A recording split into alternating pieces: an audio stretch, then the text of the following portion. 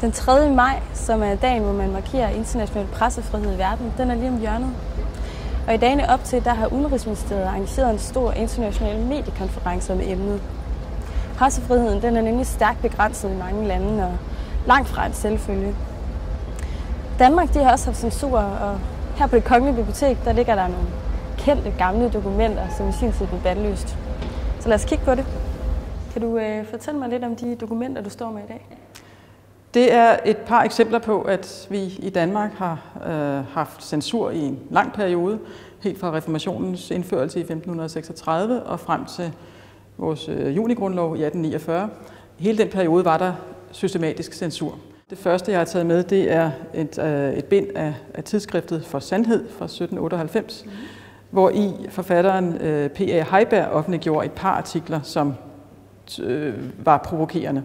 Det havde han allerede gjort tidligere i 1790'erne, men disse 2 artikler, det var altså det, der for alvor fik hammeren til at falde, og det resulterede i, at han blev sendt i eksil året efter 1799. Altså det var sprængfarlige sager, det her, og her er han sådan satirisk spottende, og det skulle man ikke være. Nu har vi lige set, hvordan Danmark engang havde censur. Hvor mange lande har egentlig stadig en form for censur, eller en form for begrænsning af pressefriheden i hvert fald, og hvorfor er det vigtigt at hjælpe de her journalister i de her lande? Det er jo sådan set vigtigt at sikre ytringsfrihed i alle lande. Det, at man har mulighed for at ytre sig, det, at man har mulighed for at komme frem med sine meninger, udøve kritik, både af magthaverne i et land, en regering, men også de forskellige myndigheder og andre aktører i et samfund, det er jo det, som driver et samfund fremad og kan være med til at skabe den forandring, som jo er nødvendig i rigtig mange lande. Så ytringsfriheden, det er helt afgørende. Pressefrihed er helt afgørende for at skabe reel demokratisk udvikling i et samfund. Hvem kommer til den her konference, og hvad skal de have ud af det? Vi har inviteret 100 redaktører fra medier, både fra Danmark og sådan set bredt ud over hele landet i Danmark, og så for en række udviklingslande.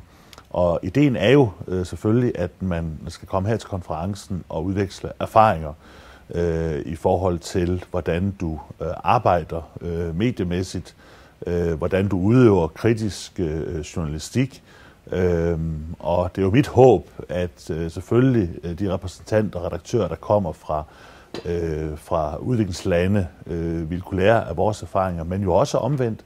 For jeg tror, det er rigtig godt for danske medier også at få øjnene op for, hvilken virkelighed, der møder rigtig, rigtig mange journalister, mediefolk, redaktører, som arbejder i udviklingslande, hvoraf en lang række lande har store begrænsninger på ytringsfriheden, som jo altså er med til at stække deres muligheder for at føre en fri debat. Hvorfor er det vigtigt at afholde sådan en konference lige nu? For det første er den 3. maj international pressefrihedsdag, og det vil vi gerne fra dansk side være med til at markere, jo blandt andet fordi, at vi i Danmark virkelig står op for ytringsfriheden, gør hvad vi kan for at sikre, at nogle af de mange lande, der desværre er i verden, hvor medierne oplever at blive begrænset, at blive modarbejdet og blive undertrykt, at de får en mulighed for at mødes, og vi får en mulighed for sammen at markere behovet for at skabe mere ytringsfrihed mange steder i verden.